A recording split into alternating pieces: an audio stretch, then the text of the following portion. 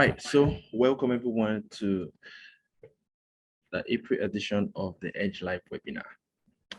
And it promises to be interesting, just like the others. And we're going to have a good time today.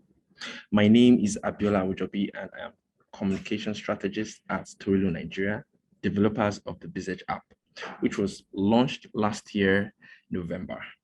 And today we'll be discussing an interesting topic, which is solving employee productivity headaches. And of course, we have an industry expert who has the SME industry very dear to our heart and should be discussing this topic with us. Before we jump right into it, let's just have a bit of housekeeping rules on how this will flow. So we'll be having a 30 minutes presentation by our speaker. And after that, we'll be having Q&A. So your questions, you can start collating them and you can put them in the chat box. So the chat box is there, you type in your questions and our speaker would go through them, or I go through them and she answers these questions. Also, the program is being live streamed on LinkedIn. And of course, so you can also enjoy it there if you want to also use that channel too. So before we introduce our speaker, first, let me tell you a bit of her. She is an HR professional and she wears a lot of hats. She has a bachelor's degree from of arts rather in English language and a master's degree in public and international affairs. She has 10 years experience working in the service industry, ranging from corporate services to digital marketing and product management. Her passion can be traced back to her pre-employment days when she was always tasked to manage people and situations. She's the founder and lead consultant of Unicorn HR Consulting and currently the managing partner of Unicorn Digital NG. She has mostly worked in the areas of staffing, recruitment, training, coaching, managing clients, and general business development. Her passion has earned her the opportunity to work with professionals, international clients, and business owners. She's also the convener of the Unicorn HR Circle, a platform where professionals are willing to connect and build themselves. With over 400 professionals passing through the circle, the Unicorn HR Circle is a place to be. Of course, she has nominations to her heart. She has been nominated as a fellow at the prestigious IMC Nigeria in 2021. Sorry, also nominated as state delegate and talent acquisition for Women for Equality, Inclusion, and Sustainability Foundation in 2021. She received an award for the Distinct Positive Values at the TIBA 2021 Awards, and also nominated to receive a honorary doctorate by the London Graduate School this year. This is really outstanding. When she's not working, you can find her with a book, either reading or writing. She enjoys creating content, as most of us can see most of our contents on LinkedIn and also on Instagram. So without further ado, I introduce to everyone this afternoon our speaker for today, Aderonke Salami, and she'll be talking to us on the subject, solving employee productivity headaches. Over to you, Aderonke Salami. It's nice to have you with us this afternoon. Thank you so much. Thank you for the opportunity to speak today. I'm wild. You're welcome. Today's going to be an interesting day.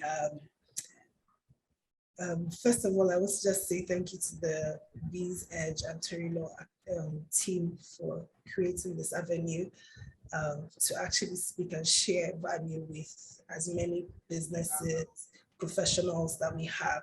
So I'm just going to go straight to what we have today. And I will be sharing my screen so that everyone can participate and understand fully what I'll be speaking about. But just before I share my screen, I just want to share something very, very unique that has, that I have noticed with Elon Musk. Elon Musk is who I want to talk about. I'm not going to talk about him buying Twitter, but of recent, in the last maybe 1 or 2 weeks, I have watched the evolution of SpaceX, and I have watched the inspiration for crew that went to space. I think it was last year, if I'm not mistaken.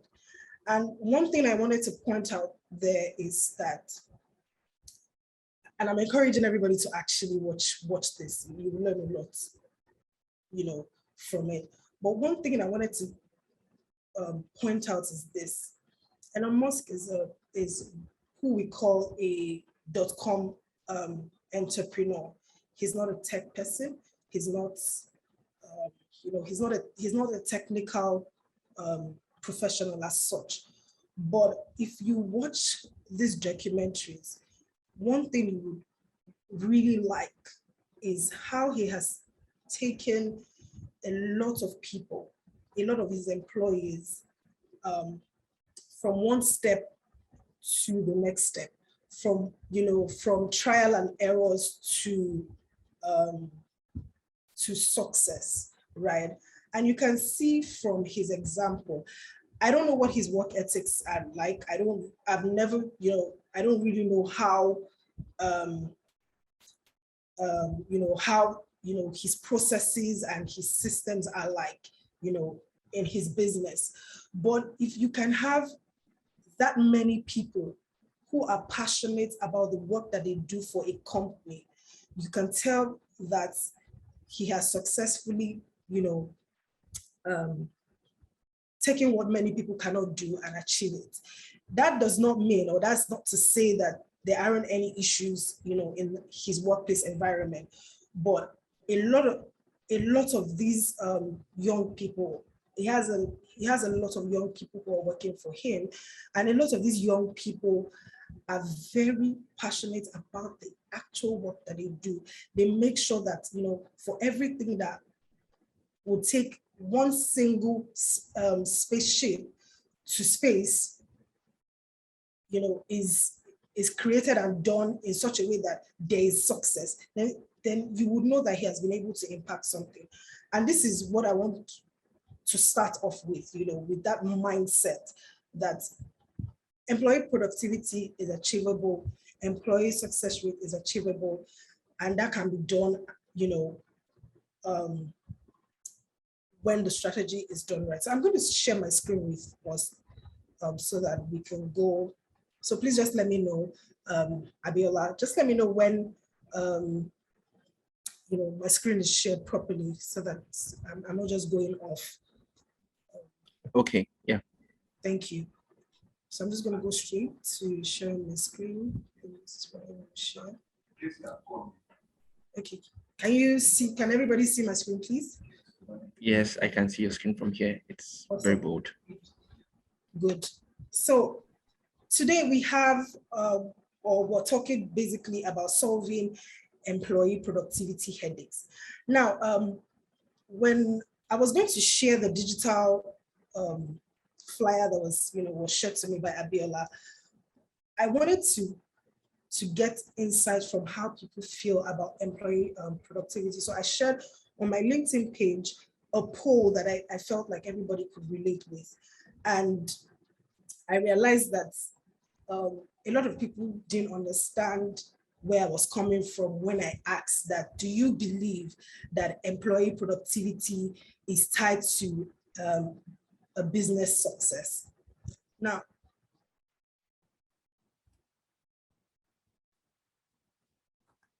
so what are we going to talk about today? We're going to talk about what is employee productivity, why do businesses have employee productivity headaches, factors that affect employee productivity, and 5 strategies to solve employee productivity. The truth of the matter is this.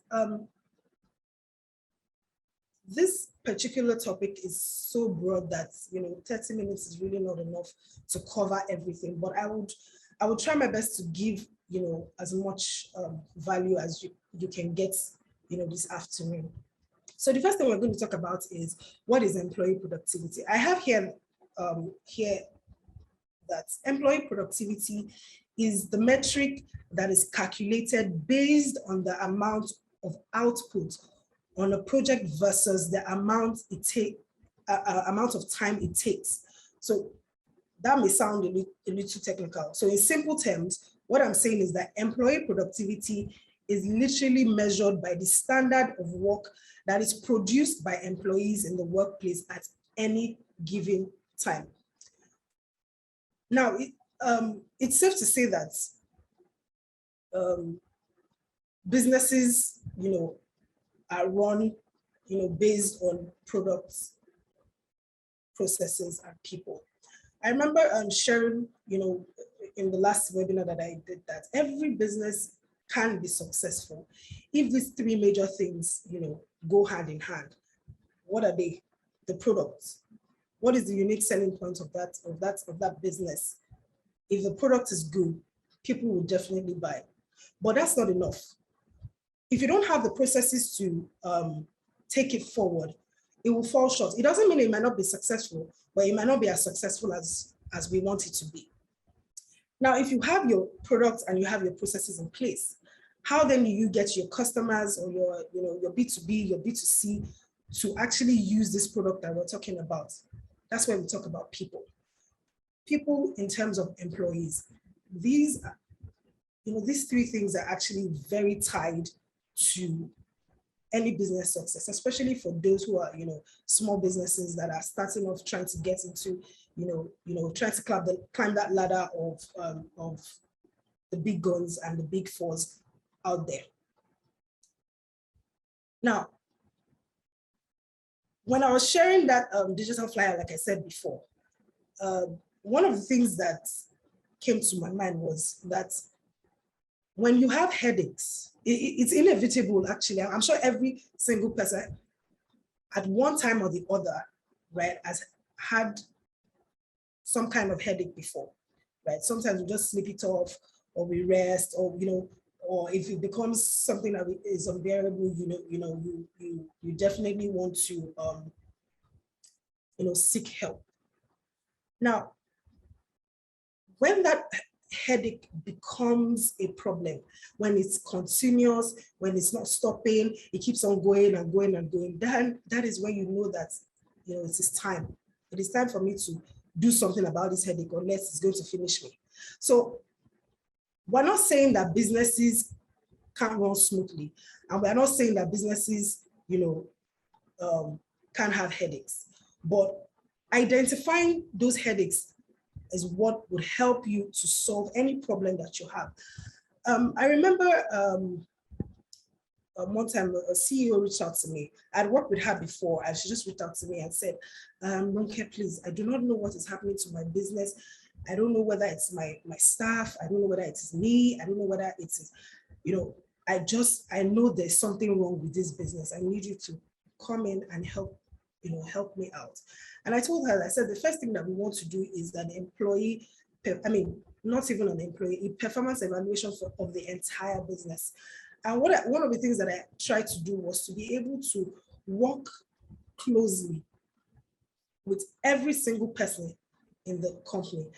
To the business owner, it felt like it was the employees that were causing the problem. But the truth of the matter is, when you're focused on just your employees being the problem of the problem of your business, there's that part where you fail to realize that there's something else that is wrong that might not help the growth of the business. By the time I finished with that company, we had realized that their major problem was service orientation. Everybody in that organization was passionate about the job, but they didn't understand how every single person is in sync. Let me use that word, please. Is in sync with each other. So what do I mean by that? The person who is at the gates is also responsible for every cover that comes into the business. The same way, the management also, is responsible for everything that comes, or every single naira. So the flow of that, is what, has been missing in that business. And when we're able to identify it, the feedback I got was, oh, my business now has a bit of fresh air. Now, why do businesses actually have EP headaches? Let's look at it this way. Most employees usually go through tough screening exercises. You can agree with me on that, and processes when it comes to hiring. And we can also agree that the best of the best are actually hired, because if you have about 100 people, you're just looking for one person, it means it's the best person that you actually picked to get that role. So why then do we have employee headaches if the best of the best is hired? The simple reason is there is no synergy. There's a lack of synergy between the three things I talked about earlier, which is product, process, and people. When there's no synergy between these three, there's always going to be a problem, and it will look like it's the employees that are not productive enough to actually get the work done. So now, what are the factors that actually affect employee productivity? It is safe to say that whatever culture that has been imbibed from the beginning of the business is going to determine what will make the business successful. Now, the first thing I want but before I even talk about what I have here, the truth of the matter is that these factors are numerous in number. I've just only been able to pick 5 because of our limited time to just share with you some of the things that can actually affect employee productivity. Now, the first thing is the flawed, underdeveloped organizational structure. Every business needs an organizational structure, no matter how small that business is. You can't take away from it. What do I mean by organizational structure? Organizational structure allows you to know who is responsible for, a particular role. Organizational structure allows you to have a process flow that is seamless, meaning that whoever is the management staff is not going to function as the accountant. The accountant is not going to function as the HR manager. The HR manager is not going to function as an admin person. The admin person is not going to function as the IT person. Now, if you don't have an organizational structure that is clear and concise, it is very easy to have bad employee productivity. It is very easy for employee productivity to be affected. It means that you have one person doing almost like 10 roles. It's not to say that that person cannot function or perform in those roles. But the truth of the matter is, if you want an effective employee productivity, it's very important for you to set clear boundaries as to who does what and who is accountable for what. Now, another thing or another factor that causes employee productivity headache is a toxic workplace culture. I'm sure March was a wonderful month for everybody when we started to see on Twitter, things going left, right, center. At that point, I was just scared to be a HR manager. At that point, if you ask me what's my work, I'll tell you I don't know. I don't know at this point, because we could see that there has been a lack of understanding in the communication between HR, management, and employees. And I know it is. We're so quick to say, oh, the toxic workplace culture, is between the management and the employees. But the truth of the matter is that some toxic behaviors are between, showcase themselves between employees. I'll give a typical example. I read this online somewhere, and that showed there was a bit of toxicity in that company, and that wasn't clearly obvious. Sometimes these things are very subtle, and you might not even know that they are there. So as managers, as HR leaders, as business owners, your work isn't just to manage these people, but to understand and observe that these things can be happening right under your nose, and you might not even know about it. So you need to be extra what's the word I'm looking for now? Extra observant about what this is, what toxicity is happening in your office or in your workplace environment. So there's this story about this lady who had gotten a role, and her role was very important because she needed, people needed her to function actually. But one thing people didn't understand about her was that she didn't like to be touched, right? And she had colleagues or people who, often come in and touch her. Nobody noticed, the slight difference when when she's being touched. It's the workplace. Nobody really looks at things like that. And one time, so I think she had it up to here, and somebody actually touched her, and she gave the person a dirty slap. She was queried at the end of the day, but when she was trying to explain her reasons, because she had not shared, or she had not laid down those boundaries from the beginning, it became a toxic place for her. So what is toxic for you is going to be different from what is toxic for the next person. So it is very important that, we understand these little things, all these little dynamics that happen in the workplace. Another factor is micromanagement, which is ineffective management. So I know as small businesses, most of us, our focus is trying to get that ROI. It is very important because especially if you have investors on your case, if you have staff to pay, if you have things to worry about, like your return on investment, making sure that your business is profitable and things like that. But let's not remove the fact that even though you have all of those things, managing people is very critical, because if you're not careful, you tend to go overboard with what your expectations are. I remember, his name has escaped me right now. He said something that, gave me, yes, his name is Gary V. I was trying to remember his name. Gary V, said something that was very explicit about, managing people. Somebody had asked him that if, as a business owner, you wanted your staff to remain with you, what are the things that you needed to put in place? And he said something categorically: your business is not to make sure your staff is in place. Your business is to run your business in such a way that your staff or your employees are not willing to leave.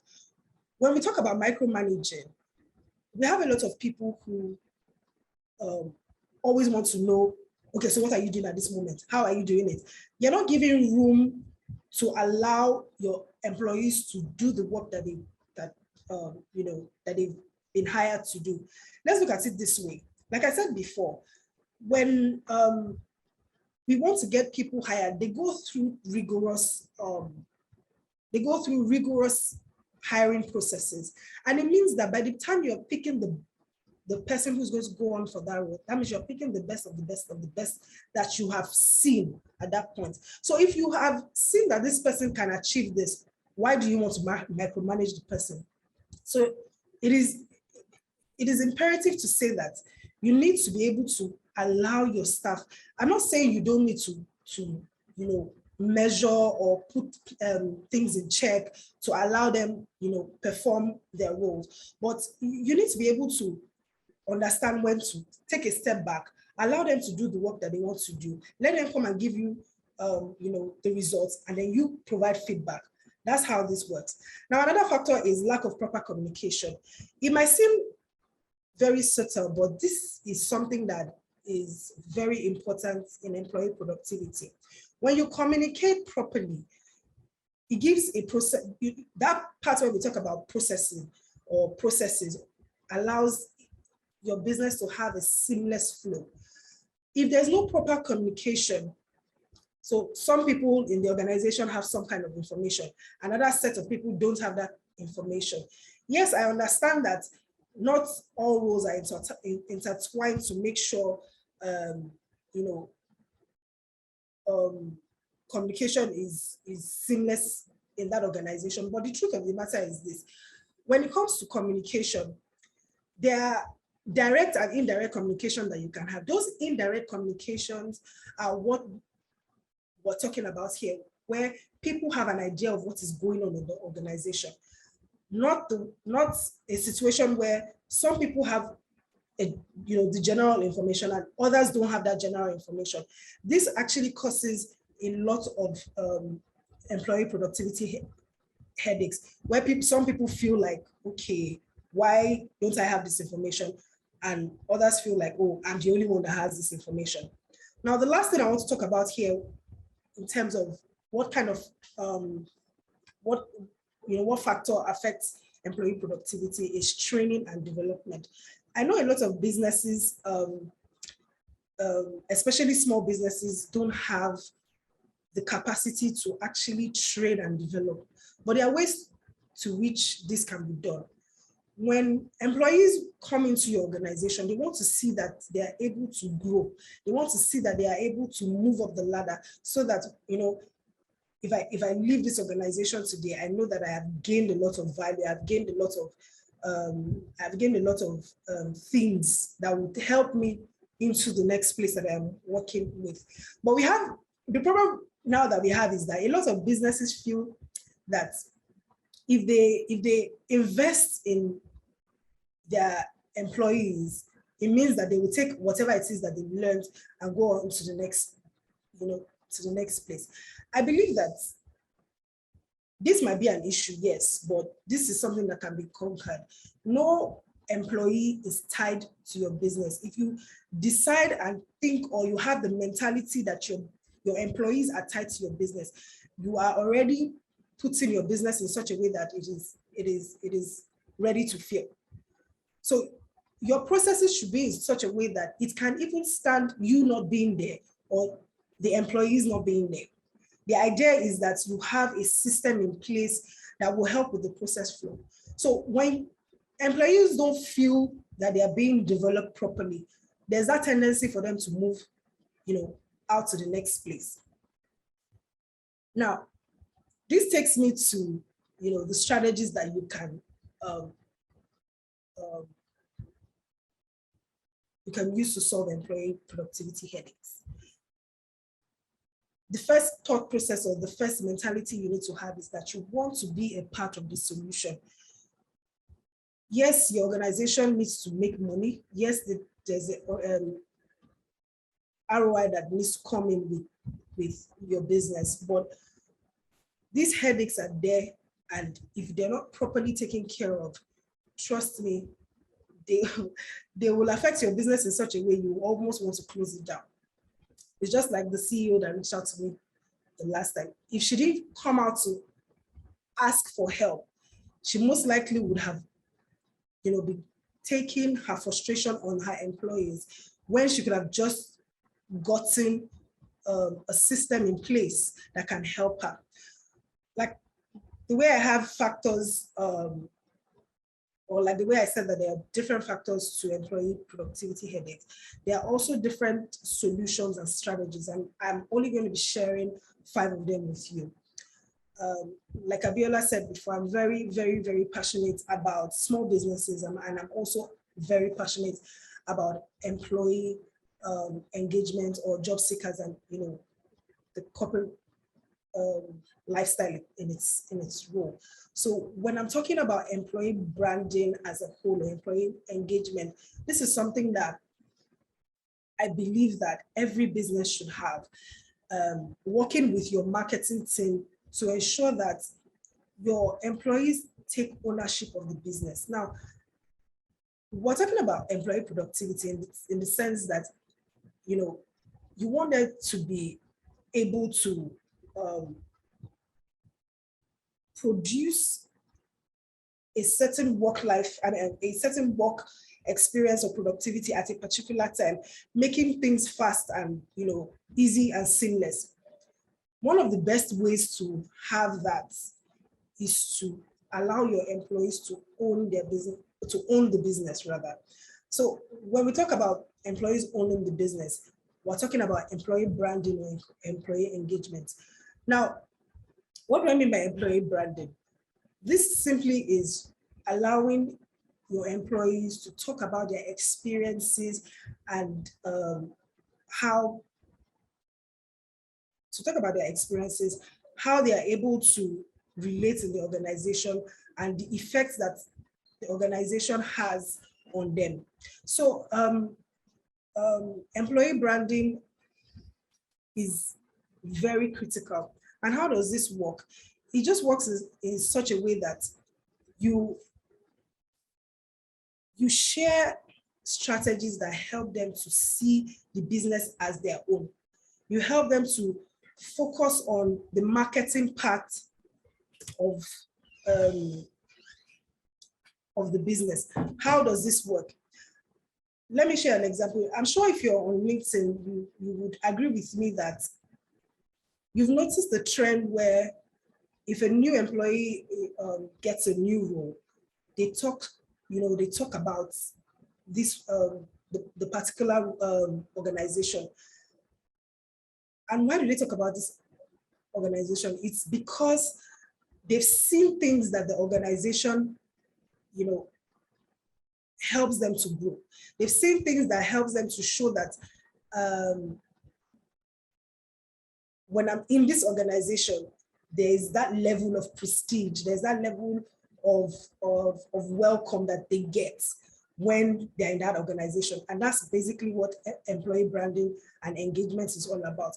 You need to be able to create a strategy that would help them in terms of, so a strategy like social media, letting them speak about their experiences and sharing, things that they've learned about, their things that they've learned about working in that space. Another strategy that you can put in place is mentorship and sponsorship leadership style. Now, I know not all businesses can afford to do training and development. So one of the things that you can do is have a mentor-mentee kind of leadership style in the organization. So take, for instance, you have team leads in the organization, you have junior staff or team members. Pair your team leads with your employees. That way they are learning directly through mentorship, through sponsorship. So when, for instance, when there's a new role that the team lead believes that one of the employees can take on, they become a sponsor to that person by talking about how good that person is, what the person can achieve. That can only happen when there is a relationship with the team lead or somebody who is who they've been paired with to help and groom them to be better, better employees in the organization. Another strategy that we can think about or which we should talk about is, like I said before, clear communication strategy. You need to be able to know who needs to have information, who needs to pass on that information, who needs to give and share the information. So you have people who are like communication strategists, such as Abiola that we have here, who just help with the communication, the overall communication of the organization. That helps with employee productivity. Another strategy that I would like to talk about also is the reward system. Now, I know also that small businesses don't necessarily have the capacity to inculcate financial reward system, but there are other types of reward system that you can put in place, such as recognition, such as taking up leadership roles, taking up mantles. Those kinds of reward system help to create an atmosphere where employees feel confident about giving their best, feel confident about their role, feel confident about the work that they do. So you need to be able to put a reward system in place that would help these employees in achieving the best and bringing out the best in them. And the last one I want to talk about, so that I don't take too much of our time, is work-life balance. I'm sure you've seen work-life balance almost everywhere. to the extent that you feel like if you don't have work-life balance, it's a problem. But in the organization, you can create a work-life balance strategy. And this can be done in such a way that we're not even just talking about work-life balance in terms of your life outside of work, but even your life inside of work. How do you achieve this? I wrote something here, and I'm just going to read it out. One of the ways that you can create a work-life balance is to offer flexible and remote working hours. The truth of the matter is we're in an era and a stage where you know, we can afford to do flexible hours now. Let me give you a secret that you shouldn't tell anybody. The truth is, when you have employees that work remotely, they are even easier to manage than when they are even actually at the office space, because you can put tools in place to make sure that your staff or your employees respond to their KPIs at timely hours, timely periods. That way, they know that between one time to the other, at any time within that space, they can be called on to do anything at that period. So you can have, that flexible and remote working hours. Another thing is to also encourage breaks. I know that, yes, we have that mindset of, oh, we have a lot to do. We need to put in the work and get the work done. But encouraging breaks within the organization helps with employee productivity. You know that maybe for 10 minutes of the day, an employee just takes the time to just relax, and maybe that's when they can have time for a mentorship session with their mentors. Another one is to lead by example. As managers, as HR leaders, as team leaders, you want to be able to show that you can encourage these things to happen in the system. So you have to lead by example. It's not the one that that there's an issue and you expect that your staff should reply you at 2 a.m. That's not going to encourage employee productivity at all, especially in a place where we have the Lagos lifestyle where the traffic is deadly at all times. You need to be able to show and lead by example. Even if you're going to drop a message by 2 a.m., the expectation that you want them to have is not that they should reply you at 2 a.m., but for them to understand that there's a need for them to solve a particular problem at this time. Now, the last thing is to regularly review workload. I know it's easy to allow employees to take on numerous roles at the same time, but the truth of the matter is you need to periodically check or put a checklist on what your employees are actually producing. This role that I've given the accountant, is he able to take this role on? This role that I've given to the digital marketer, can he do it? Can he do product marketing as well as digital marketing as well? Those are things that you want to put in place to see and know that you are achieving a work-life balance for your staff. And this brings me to the close of my presentation today.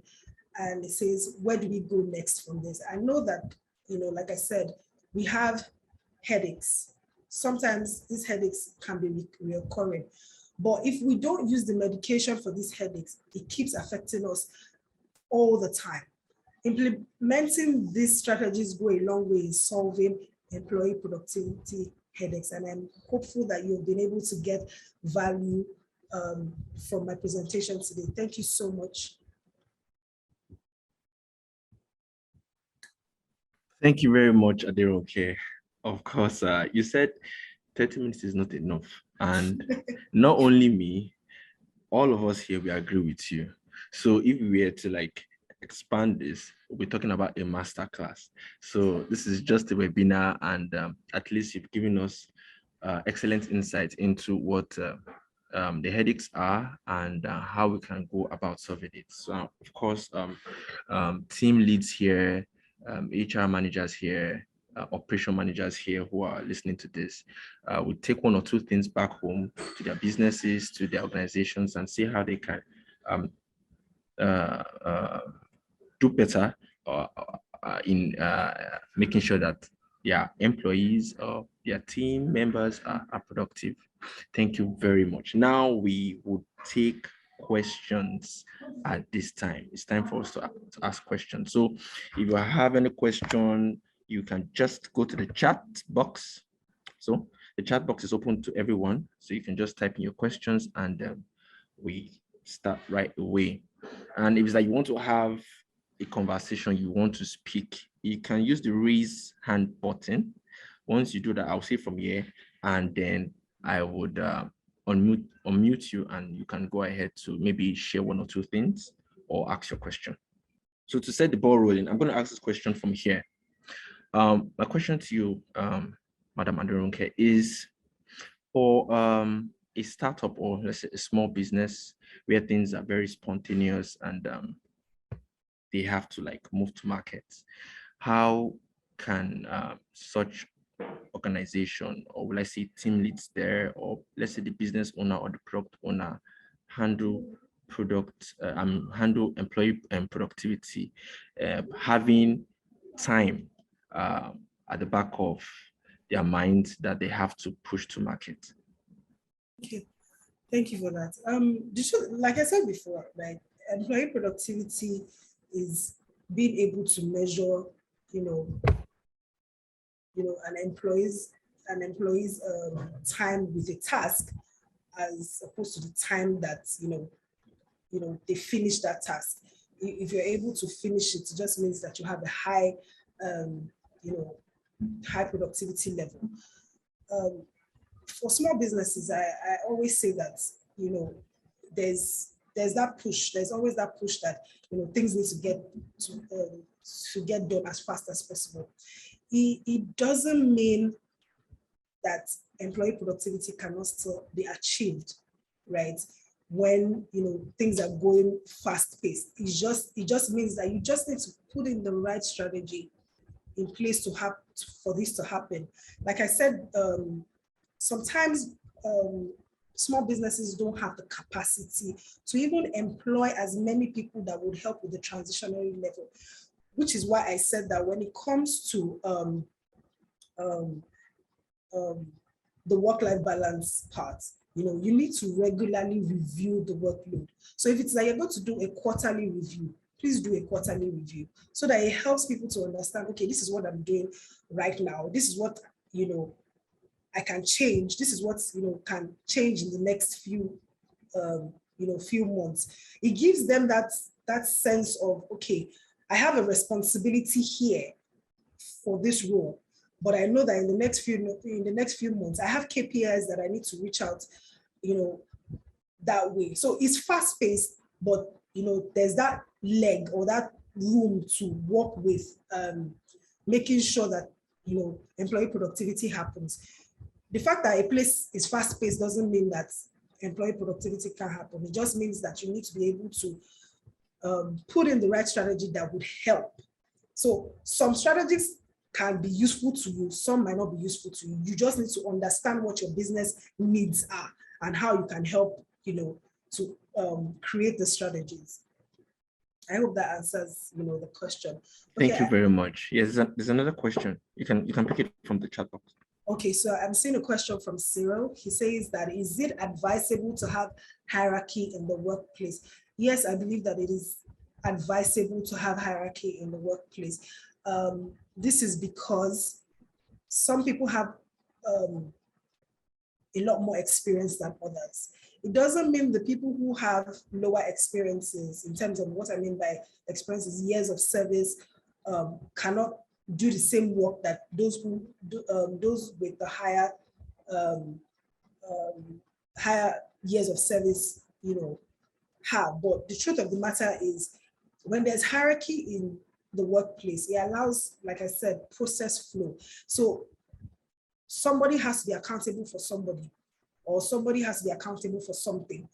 If there's no hierarchy, it just means that everybody can do as they like.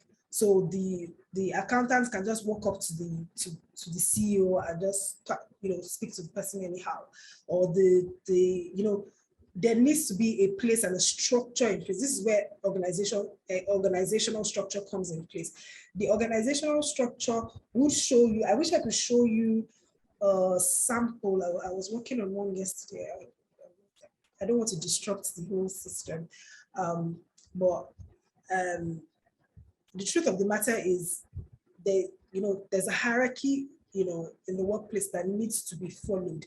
That way it's easy, to give responsibility, and it's easy for you to hold somebody accountable to the role. I hope that answers that question. If it's not clear enough, just let me know. So Bukola Olusholade asks that how best can a HR manager handle a situation where a department head constantly berates team members and creates a toxic environment to drive performance? Okay, just want to be sure that I have. Okay, so yes, so that's the question by Bukola. The truth of the matter is, the HR manager is in charge of making sure that there's a process flow that happens in the organization, right? And that can only be done when, let me use the word, the powers that be have given the HR manager the powers to execute. Now, how does that HR manager handle that situation? The best thing is, this is something that the HR manager has either observed or has actually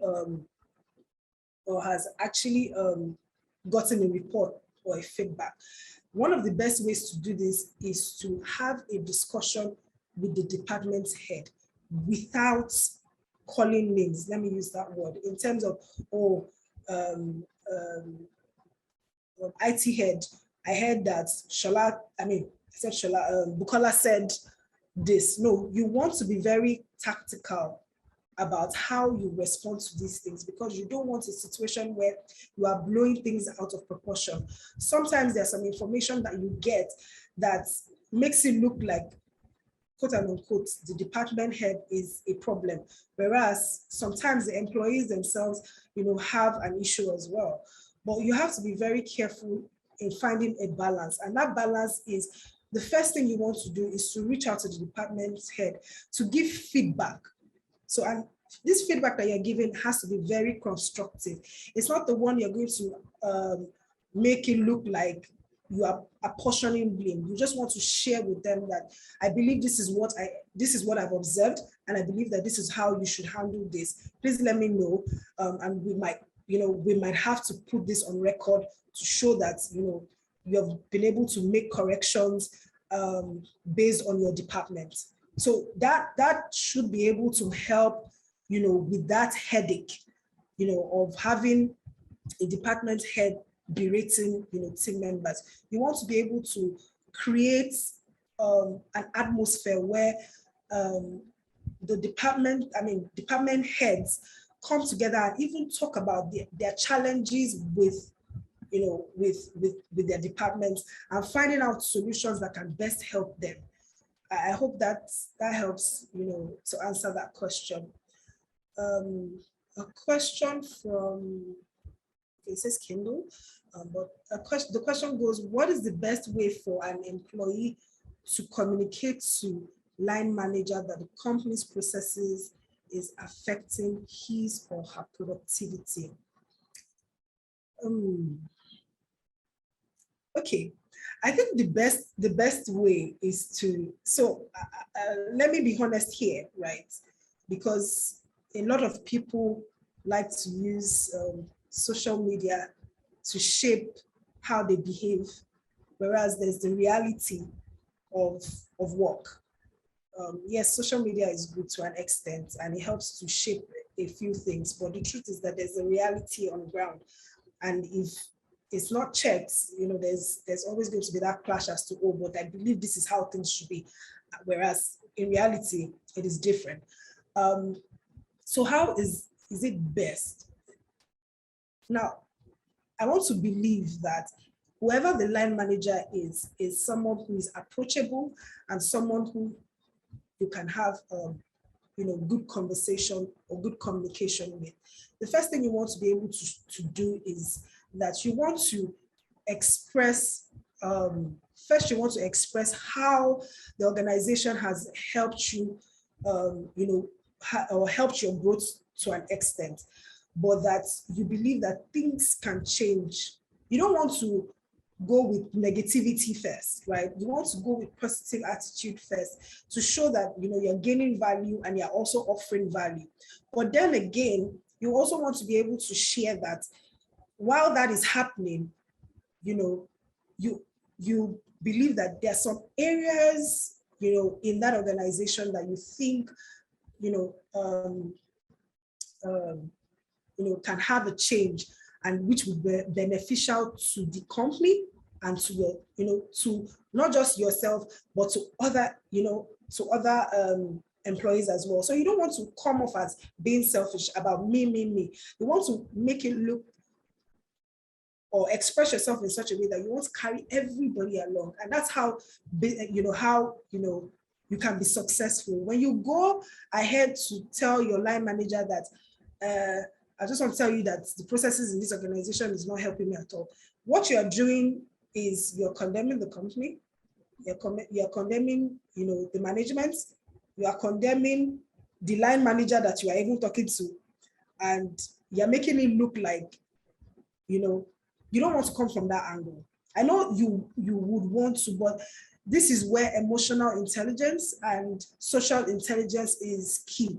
You want to be very intelligent about how you communicate in such a way that it doesn't come off as you being critical, right? Nobody wants to hear anything critical, right? Everybody wants to assume that they are good and everything is going well. Whereas we know that things don't necessarily go as planned or things don't necessarily go the way it should be. But how you communicate and express yourself is what will determine how that feedback that you are giving the company, will be taken. I'll give another example. So take, for instance, one of the things that affects your productivity is that your salary hasn't been increased in the last 6 months, or you haven't gotten a raise in the last 1 year. You don't want to just go and say, I've been working here for 1 year. You did not give me any increase. This. That's a very wrong approach. But if you go to your line manager and say, in the last 1 year, I've been able to make sure that the company does this, and this in my role. I believe that it is time for me to get a raise. I would appreciate if the organization and the management can actually look at my performance evaluation and see about giving me a raise. Can you see the difference between what I just said and what I said initially? It's all in the emotional intelligence. So that's the best way to communicate, using emotional intelligence. I hope that answers the question. I don't see any other question here. Thank you very much, Aderonke. You really expended your time on each question. Of course, the third question there, I pick 1 or 2 lessons from the response. So it's an organizational thing, and once one carries puts the whole organization or business in perspective, it would be easier for processes to be looked into so that it can positively affect productivity.